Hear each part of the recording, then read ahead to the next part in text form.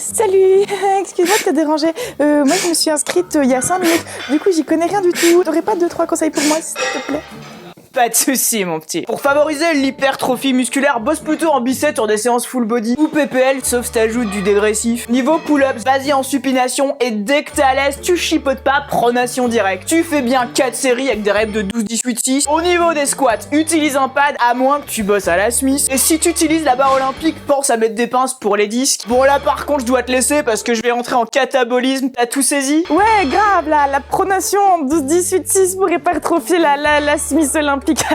J'ai tout saisi. Merci, salut.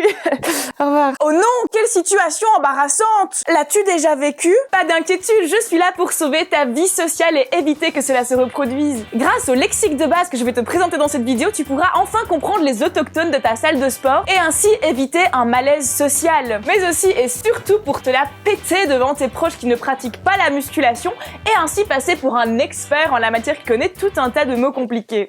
Faut vraiment que j'arrête de parler comme ça. Bref, bienvenue dans cette vidéo. Aujourd'hui, je vais t'expliquer quelques petits mots qui peuvent être sympas à connaître quand tu débutes en muscu et qui peuvent paraître un petit peu compliqués au début. Je vais diviser ce petit lexique en plusieurs topics, ça va pas se faire en une seule vidéo. Aujourd'hui, je vais aborder la base, le genre de mots que tu vas entendre très régulièrement. Au prochain épisode, j'ai prévu de parler de tous les mots qui se rapprochent de près ou de loin à la nutrition. Puis il y aura probablement un épisode sur les méthodes d'entraînement, sur les noms des exercices, et puis on verra bien si je continue cette série de vidéos, je ne sais pas. Commençons par la base, une rep. En vérité, le vrai mot c'est une répétition, mais tout le monde dit une rep, on n'a pas le temps. Ça correspond à un seul mouvement d'un exercice. Prenons le squat par exemple, voici une rep au squat. Si quelqu'un te dit de faire 7 reps au squat, eh ben tu vas devoir faire 7 squats d'affilée sans t'arrêter. Si tu t'arrêtes, à moins que ce ne soit que 1 ou 2 secondes le temps de reprendre un tout petit peu ton souffle, ta série est considérée comme terminée. Pardon? Plus belle la vie peut donc s'arrêter? Il suffit donc juste de faire quelques squats et de s'arrêter pour que la série s'arrête? Oudoum.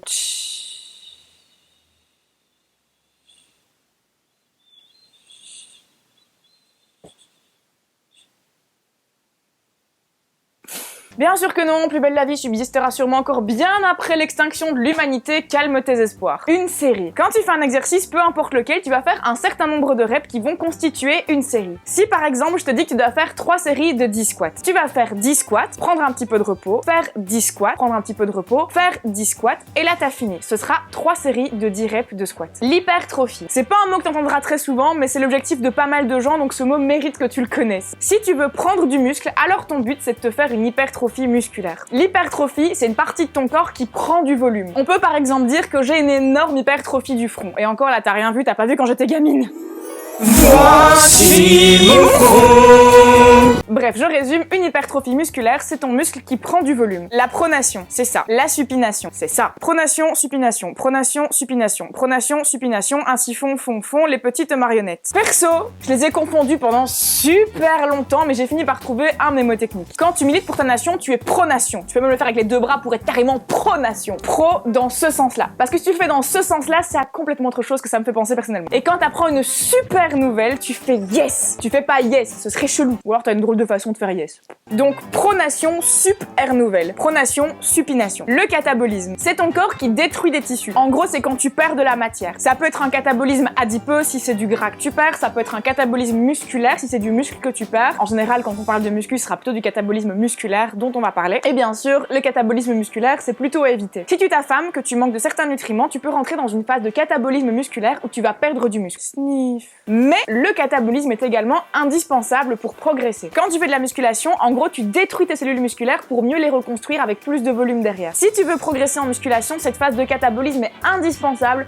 pour autant qu'elle soit suivie d'une phase d'anabolisme où tu vas reconstruire les tissus musculaires derrière. Mais te soucie pas trop de ça, c'est un petit peu compliqué et de toute façon, la seule chose que tu dois retenir là-dedans, c'est de bien t'entraîner et surtout de bien nourrir ton corps pour ne pas perdre du muscle. Mange ton quota quotidien de protéines et tout se passera comme prévu. Du coup, l'anabolisme, c'est au contraire ton corps qui construit des tissus, ton corps qui construit de la matière. Encore une fois, ça peut concerner les muscles, on parle d'anabolisme musculaire, mais ça peut aussi concerner la graisse, les organes, les os, la peau, tout et n'importe quoi qui constitue ton corps. Bien s'entraîner, bien manger et aussi bien dormir, c'est ce qui va t'aider à avoir un bon anabolisme musculaire. Mais également, un bon équilibre hormonal va beaucoup jouer là-dessus. La congestion, c'est quand un morceau de ton corps est gorgé de sang. Oui, quand un zizi devient tout dur, c'est dû à une congestion. Quand t'as le nez bouché, c'est une congestion également. On dit que t'as le nez congestionné. Dans le domaine du sport, quand tu t'es bien entraîné, le ou les muscles que tu as sollicités vont être gorgés de sang pendant quelques temps après l'effort. N'oublie surtout pas d'en profiter pour taper ton meilleur selfie. Concentrique. C'est une contraction musculaire qui consiste à pousser une charge ou une résistance. Quand tu remontes lors d'un squat, c'est la phase concentrique. C'est la phase où tu pousses la charge. Excentrique. C'est moi! C'est le type de contraction où tu retiens la charge. Sur un squat, pour reprendre le même exercice comme exemple à chaque fois, la phase excentrique, c'est la phase où tu descends, la phase où tu retiens la charge. Un autre exemple pour être sûr que tu as compris. Sur un dunk and kick, la phase où tu vas pousser la charge vers l'extérieur, c'est la phase concentrique. Et la phase excentrique, c'est la phase où tu vas retenir la charge jusqu'à revenir à son point de départ. Sur un hip thrust, la phase concentrique, c'est la phase où tu montes ton bassin. La phase excentrique, c'est la phase où tu redescends ton bassin en retenant la charge. Isométrique. C'est une contraction où tu ne bouges pas. Une contraction isométrique, c'est une contraction où tu maintiens la charge en restant immobile. Le gainage est une contraction isométrique. On va encore prendre le squat comme exemple. Sur un squat, une fois que tu es descendu tout en bas, si tu restes quelques secondes en place avant de remonter, alors tu auras fait une phase isométrique dans ton mouvement. Explosif.